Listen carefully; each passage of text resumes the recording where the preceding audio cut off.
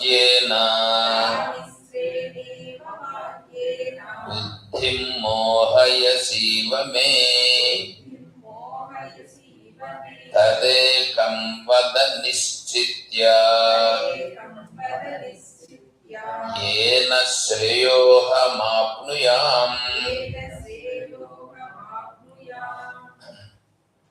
చూడండి, అర్జునుడు భగవంతుణ్ణి ప్రశ్నిస్తున్నాడు.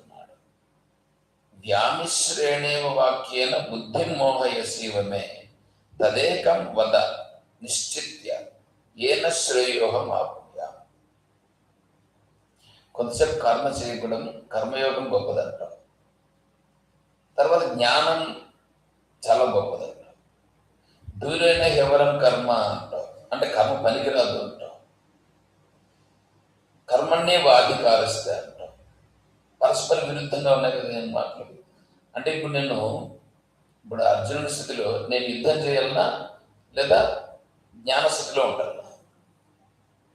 అట్లాగే ఇక్కడ మన స్థితిలో ఏంటంటే నేను కర్మ చేయాలన్నా లేదా ఈ విచారణ చేసుకుంటూ కూర్చోవాలన్నా. నేను కూడా స్వామీజీని అడిగాను, ఇప్పుడు నేను ఉద్యోగానికి పోతున్నాను కదా స్వామీజీ, ఆ ఉద్యోగంలో ఫ్రీగా ఉన్న టైంలో నేను శ్రవణం చేసుకుంటూ కూర్చోవచ్చు కదా. ఉద్యోగం చెయ్యవయ్యా, కర్మయోగం చెయ్యి అన్నాడు.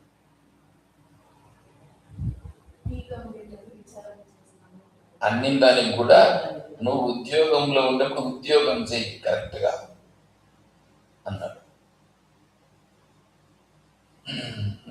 నాకు అర్థమైపోయింది. అంటే ఇంక అట్లా కుదరదని చెప్పేసి అది కర్మయోగానుష్ఠానం కరెక్ట్గా చేయాలి. అంత చేసిన తర్వాత ఇట్లా కాదు అని నేను రిజైన్ చేసాను స్వామీజీ అన్నాడు.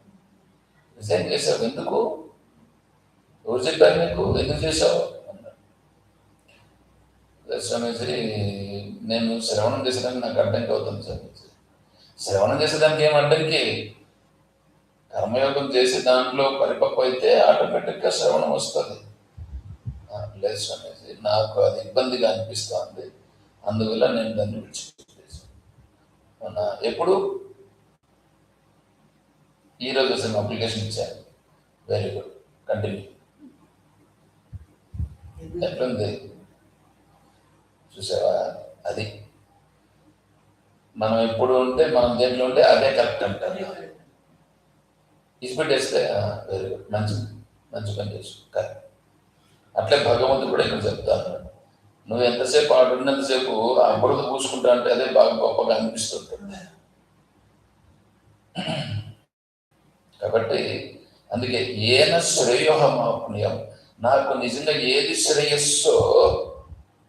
శ్రేయస్సో దానిని నాకు చెప్పండి అని అడగాలి. అడిగితే దానికి చెప్తారు.